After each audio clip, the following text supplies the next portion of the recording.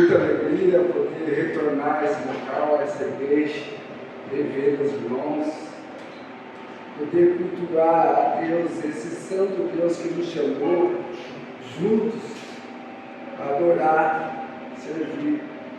Eu costumo dizer que Deus ele reservou esse momento especial. Costumo dizer o que a palavra diz. Ele reservou esse momento especial para nós antes da fundação do mundo. E muitas das vezes a nossa limitação é tão pouca, tão pequena, que a gente não tem noção disso. Diante de uma semana corrida, trabalhando, família, muitas coisas, acabamos não tendo tempo para ser grato a Deus. Acabamos orando a Deus, pedindo perdão pelos nossos pecados, servindo a Ele com gratidão. Mas Ele é tão bondoso, tão misericordioso comigo e com você, que diante de uma semana corrida, de trabalho, de lutas, de pecado, Ele reservou o dia dele, o dia do Senhor, para que eu e você estivessem reunidos juntos em uma mesma fé e no mesmo amor, servindo Ele que nos chamou. Isso é glorioso, isso é maravilhoso. Por isso eu gostaria de ler com os irmãos no Evangelho de Lucas, capítulo 23. Evangelho de Lucas, capítulo 23, nós vamos ler os versos 33 ao 43. Evangelho de Lucas, do 33 ao 43.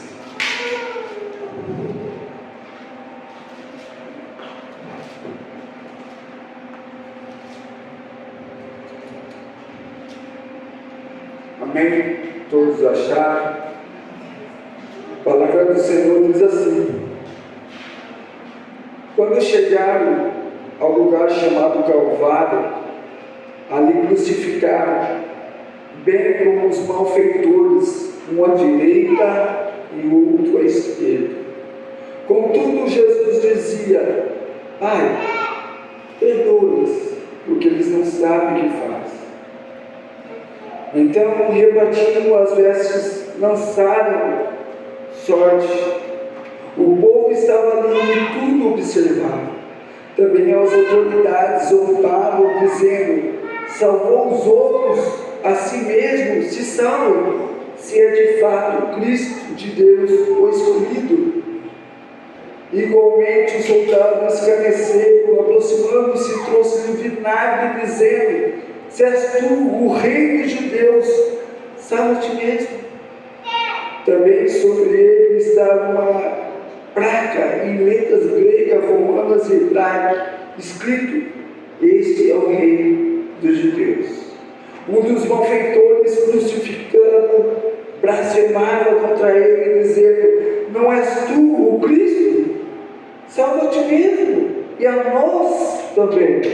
Respondeu-lhe, porém, o outro, repreendendo, dizendo: nem amemos, temos a Deus, estamos sob igual sentença. Nós, na verdade, com justiça, porque recebemos o castigo que os nossos atos merecem, mas esse nenhum mal fez. E acrescentou Jesus: lembra-te de mim quando vieres no teu reino, quando entrares no teu reino. E Jesus disse: em verdade te digo que hoje estará comigo no paraíso. Oremos mais uma vez. Pai Santo, Pai querido, Pai eterno, obrigado, Senhor, porque o Senhor reservou esse momento especial. Obrigado, Pai, porque o Senhor nos perdoou, Senhor. Obrigado, Senhor, porque o Senhor está conosco e há de falar com cada um de nós.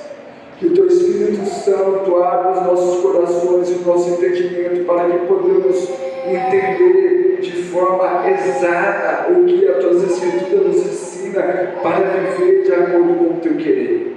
Nos ajuda, Senhor, porque certamente amanhã ou depois vamos errar novamente, mas que o Senhor faça que nós perseveramos na caminhada cristã até o fim, Senhor, porque Tu és o nosso Deus e cremos naquilo que o Senhor tem falado diante da Tua palavra. Fala conosco. Eu te peço e oro no nome santo e precioso do Teu Filho amado Jesus. Amém. No capítulo 23 do Evangelho de Lucas, somos transportados para o cenário tenso da paixão de Jesus Cristo. Esse capítulo marca os eventos que culminam na crucificação de Jesus, um momento crucial na história da redenção. Vamos explorar os detalhes dessa narrativa profunda e espiritual, enquanto observamos Jesus em sua jornada rumo à cruz.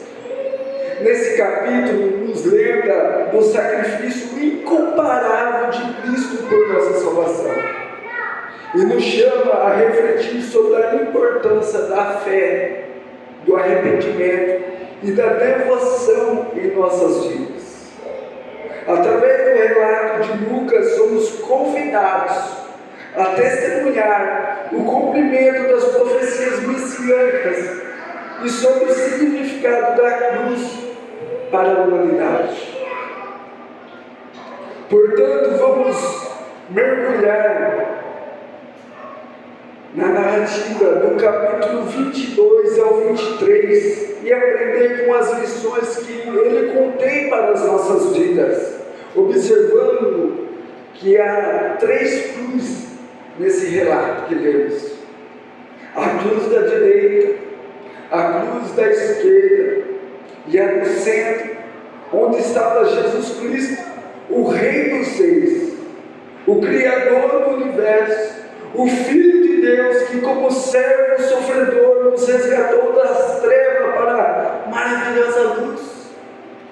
Ele que estava no meio como o Salvador da humanidade, no meio de 2 cruzes, onde representa 2 grupos dessa humanidade. Guarda isso, onde representa 2 grupos dessa humanidade. Por isso eu quero propor o tema como as 3 cruzes. Na última ceia de Jesus com os discípulos, a narrativa nos mostra a cruz como parte central do Evangelho, que marca os eventos finais da vida terrena de Jesus até a sua morte. Por isso vamos observar o contexto desse trajeto. A última ceia, que está registrada em Lucas 22, dos versículos 7 ao 23, vai dizer que Jesus e seus discípulos celebram a Páscoa junto em uma sala em Jerusalém. Durante essa refeição, Jesus instituiu a ceia do Senhor, onde o pão e o vinho representam o seu corpo e sangue. Então ele disse que iria ser traído por um deles. No jardim de Getsêmanis, em Lucas 22, do 39 ao 46, após a ceia, Jesus vai com seus discípulos para o Getsêmanis, onde ele entra em uma profunda angústia e ora ao seu Pai. Judas então o trai Jesus, levando as autoridades até ele. O julgamento religioso está registrado em Lucas 22, dos 66 ao 71. Jesus é levado a Pilatos, o governador romano da Judéia. Pilatos não encontra culpa em Jesus, mas cede à pressão da multidão. E os líderes religiosos. A zombaria e tortura que está registrada em Lucas 23, do 13 ao 15. Jesus é açoitado, é sujeito a humilhações pelos soldados romanos, e mesmo assim Pilatos tentam libertá-lo, mas a multidão insiste em sua crucificação. história dolorosa. Está registrado no capítulo 23, do 26 ao 31. Jesus é forçado a carregar a sua própria cruz até o Calvário, onde seria crucificado. E no caminho, um homem chamado Simão de Cireneia é obrigado a ajudar a carregar a sua cruz. Então agora chegamos em sua crucificação, onde nós lemos em Lucas 23, do 33 ao 43, Jesus é crucificado entre dois criminosos. Enquanto agonizava na cruz, ele mostra a compaixão, perdoando seus zombadores. Em sua primeira fala na cruz, ele disse: Pai, perdoa eles, porque eles não sabem o que fazem. Ali, oferecendo perdão e graça, o ano aceitável do Senhor. Como já tinha dito o profeta Isaías, 700 anos antes, a qual o próprio Jesus leu isso na sinagoga, falando que se cumpriu o que as Escrituras disse. Observe que Cristo está sendo crucificado pelo pedido do povo. Pilatos, o governador de Roma, queria soltar, porque não viu crime nenhum nele. Mas o povo gritava: crucifica, crucifica, crucifica. Esse era o povo que ele havia alimentado com pães e peixes. Esse era o povo que ele curou. Esse era o povo onde ele fez cego ver. Esse era o povo que fez paralítico andar. Esse era o povo que seguia Jesus por onde ele andava. Por onde Jesus andava, ali estava aquele povo. Então, já pregado naquela cruz, um dos malfeitores zombou dele, falando: se és Cristo, o Filho de Deus, salva a ti mesmo, salva nós. Afirmando ali que ele queria uma alta ajuda no momento presente. Ele queria uma alta ajuda naquele momento presente, como muitas pessoas falam por aí. E se Jesus de fato é o Filho de Deus, ele te pode fazer feliz, cara. Ele te pode fazer feliz, meu irmão. Ele te pode trazer muitas coisas boas para mim e para você. Se Jesus é o Filho de Deus, ele pode fazer tudo para nós. Ele pode te dar bênçãos materiais. Ele pode te fazer você bem sucedido nessa vida. Se de fato ele é Jesus, ele pode. Muitos pregam que você é o centro do coração de Deus. E Jesus, o Filho de Deus, veio para te fazer feliz a essa terra.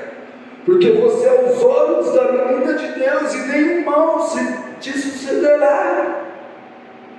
Como tem um homem com título de pastor por aí, que Jesus tem a obrigação de te abençoar.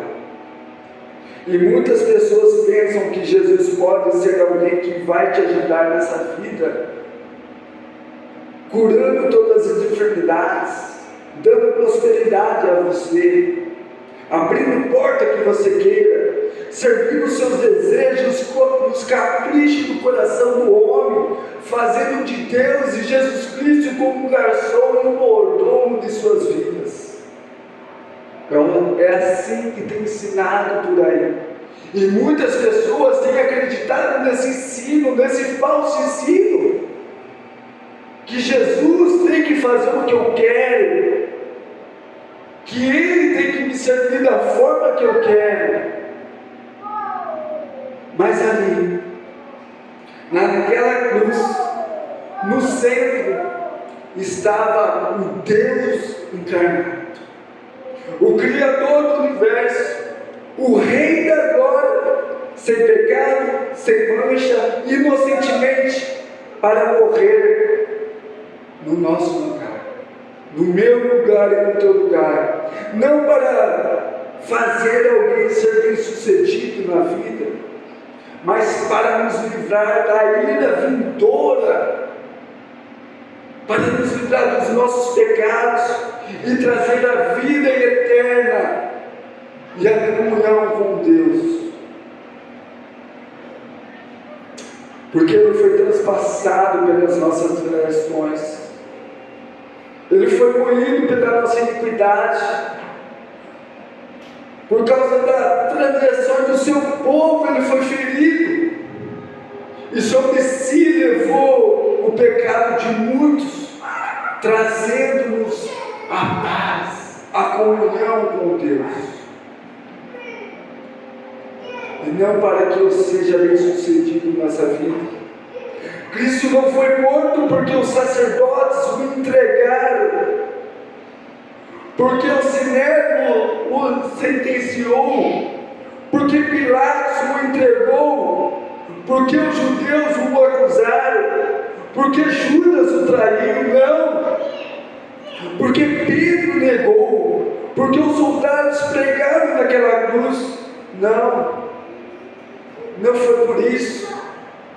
Quem entregou Jesus então para morrer? Quem que entregou? Não foi Judas por dinheiro, não foi Pilatos por medo, não foram os judeus por inveja, não foi o povo que gritaram crucifica, mas foi o Pai por amor.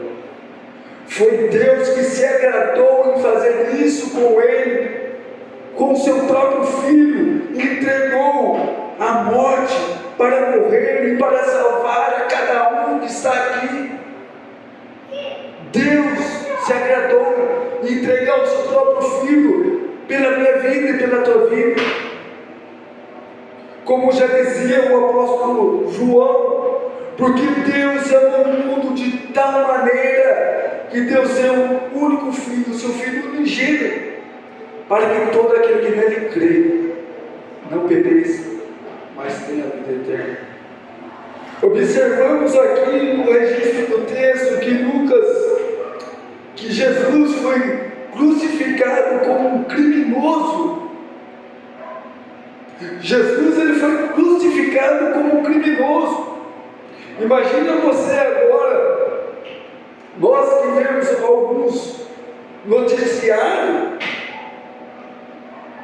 e um dos maiores bandidos do Brasil é preso.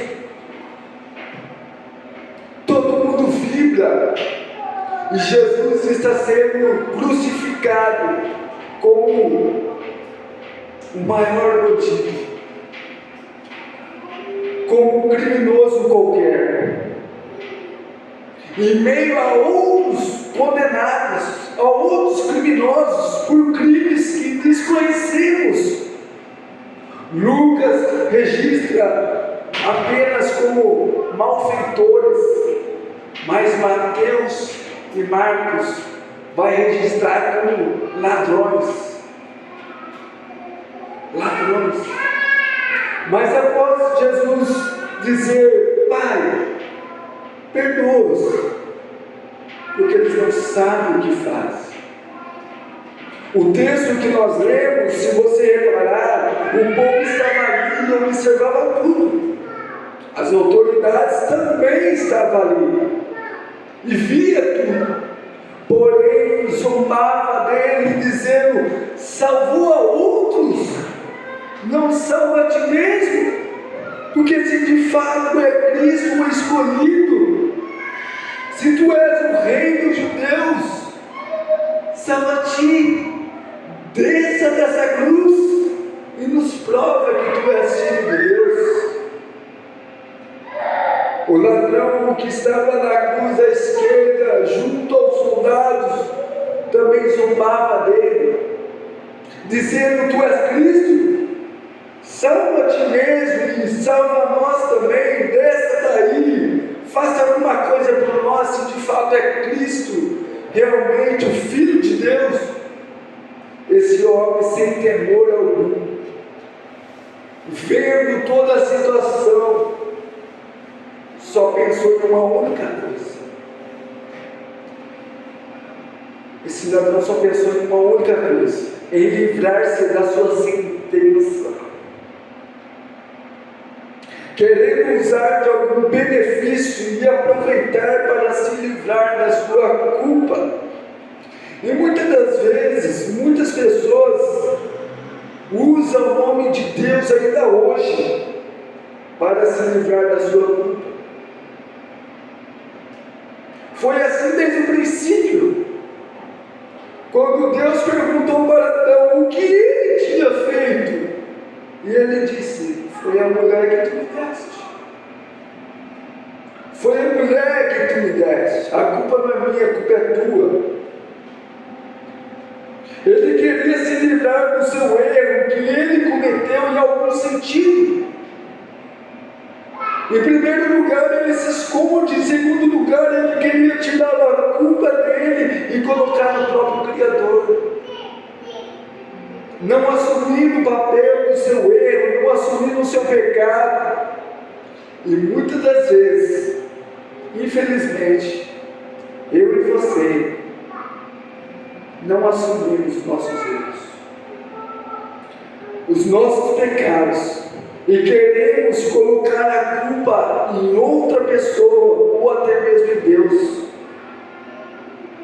dizendo: eu sou assim porque o Senhor não fez isto para mim. As coisas são assim porque eu não tenho aquilo. Eu sou assim porque Deus me fez assim e não vou mudar.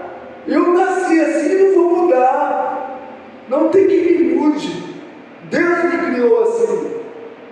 Esse é o argumento meu e seu que muitas das vezes usamos sem perceber.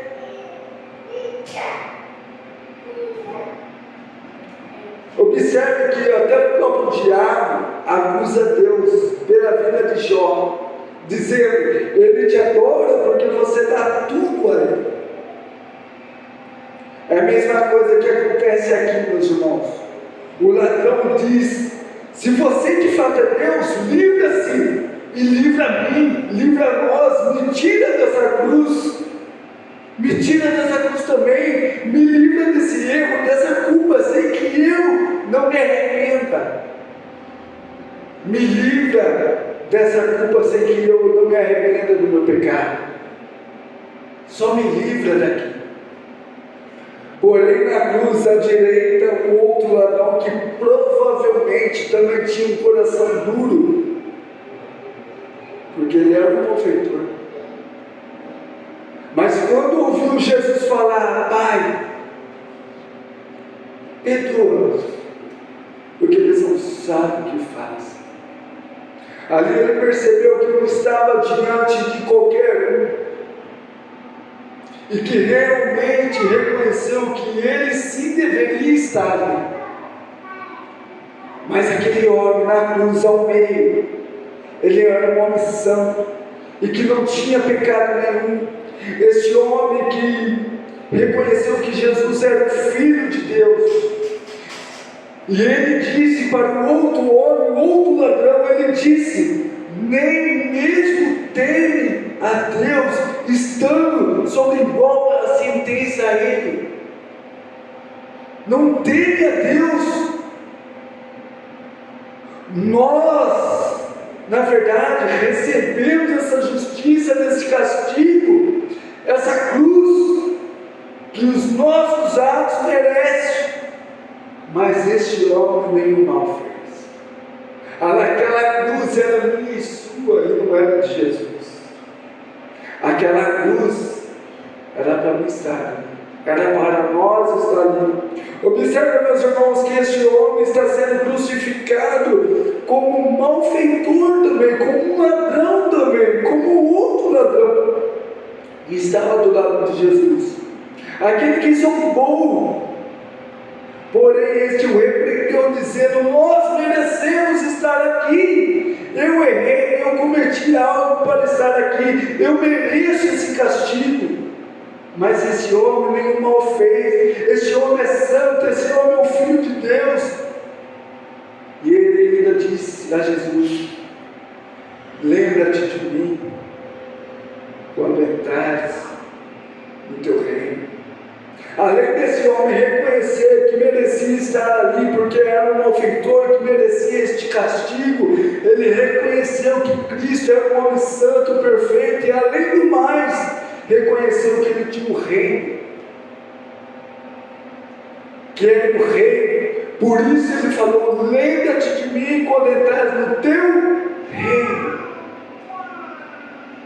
Aqui nós vemos de fato um coração arrependido, um coração que reconhece seus atos pecaminosos, um coração que de fato reconhece que existe um Salvador, um Rei, que existe um Senhor, o dono da vida, aquele que perdoa o pecado.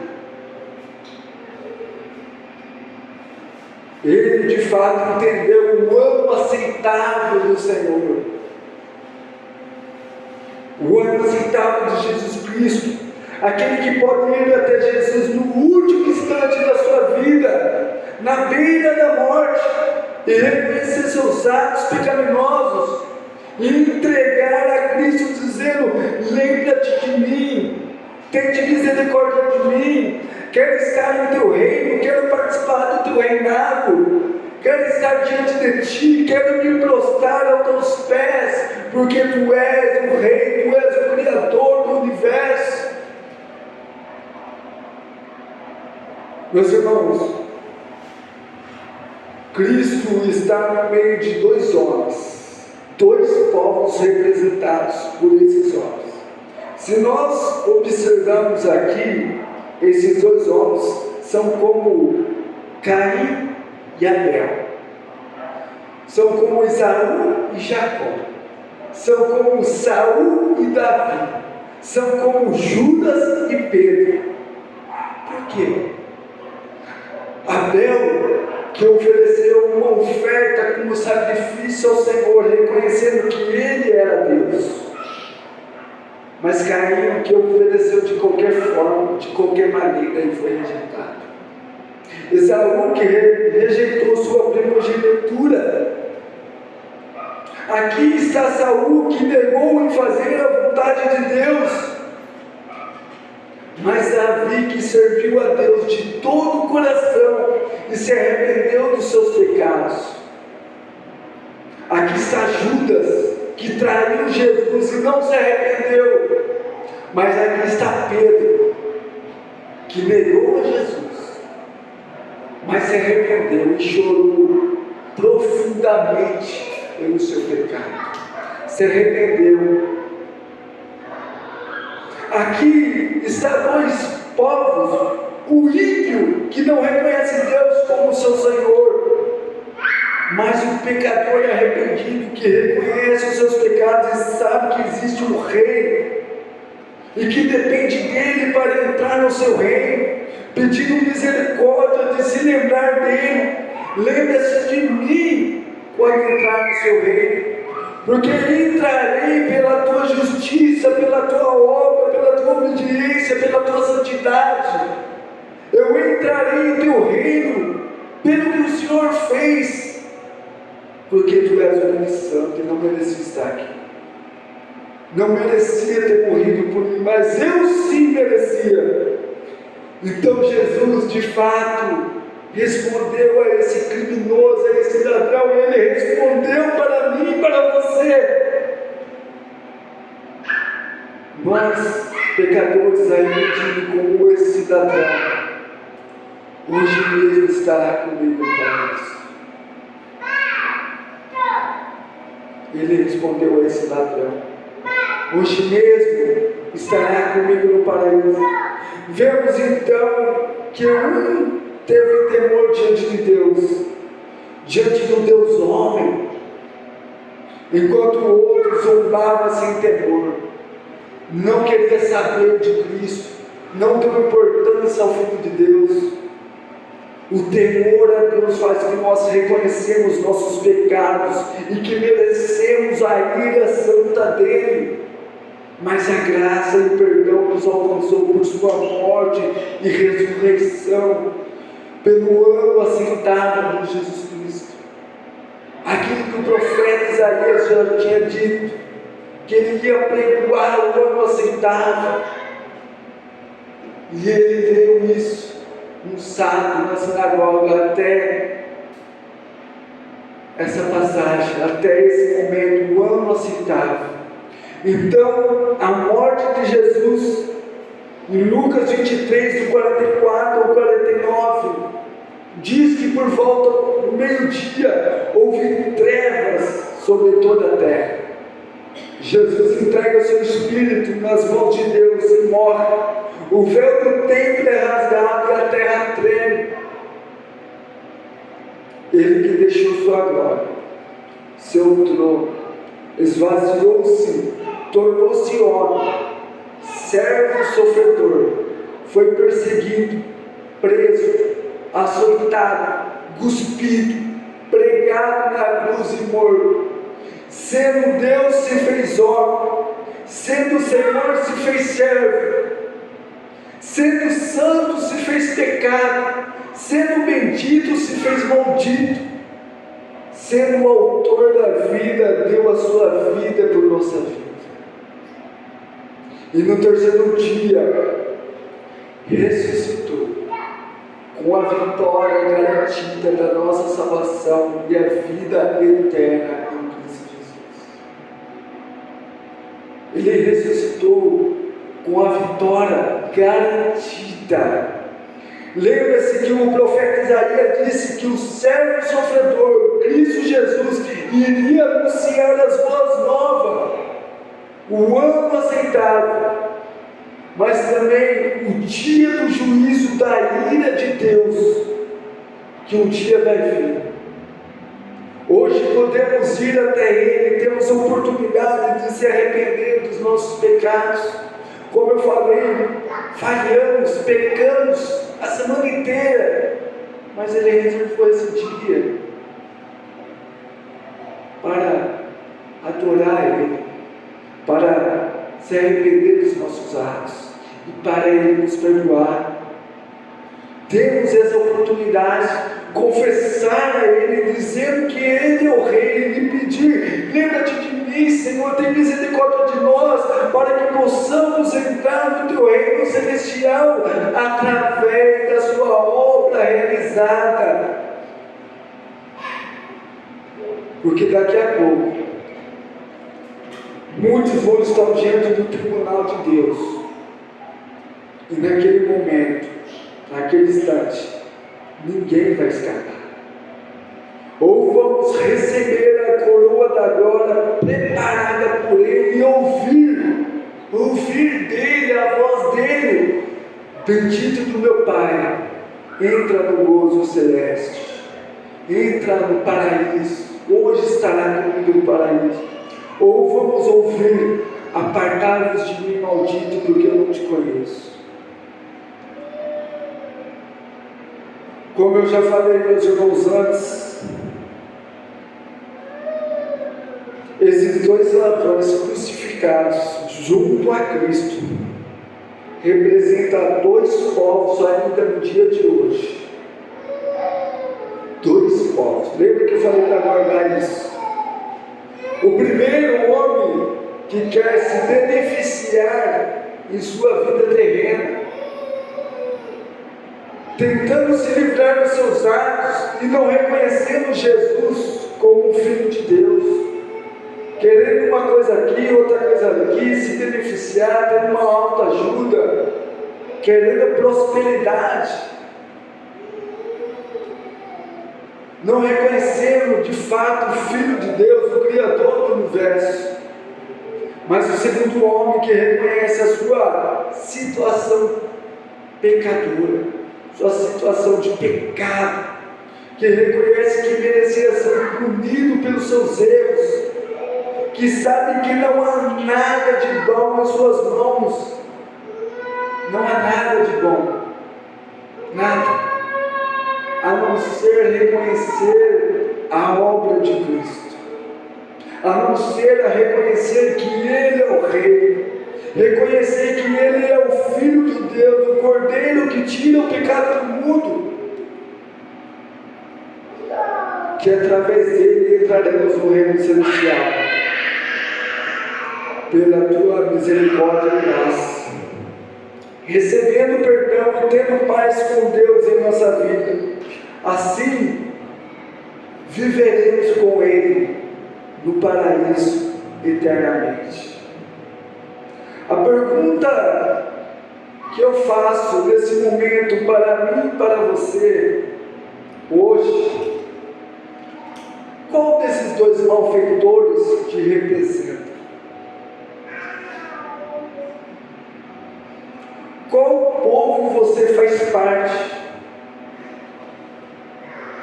Você reconhece ser um pecador e que precisa de Jesus como Salvador de tua vida?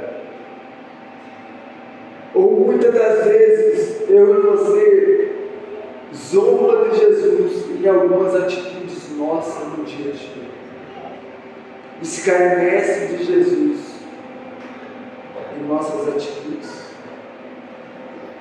queremos se livrar da cruz terrena, se beneficiar de alguns momentos de nossa vida.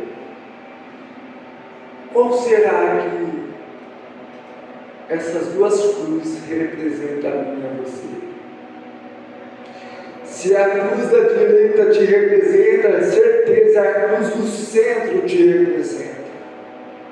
É Cristo que nos representa como Senhor e Salvador de nossa vida. O que eu digo aqui, se a cruz da direita te representa, é como um pecador arrependido, reconhecendo que Ele de fato é o Filho de Deus e que através da obra dele, daquela cruz, a obra que Ele realizou, vamos ser salvos. E um dia, espero que todos nós ouviremos: hoje você estará comigo no paraíso. Que essa palavra, que as Escrituras fiquem no nosso coração, que o Espírito Santo fale em nossos corações. Essa palavra, durante esse sermão, trabalhando, estudando, falou muito comigo. Eu chorei muito e fiquei refletindo: qual ladrão eu sou? Que Deus abençoe cada um de nós. Amém?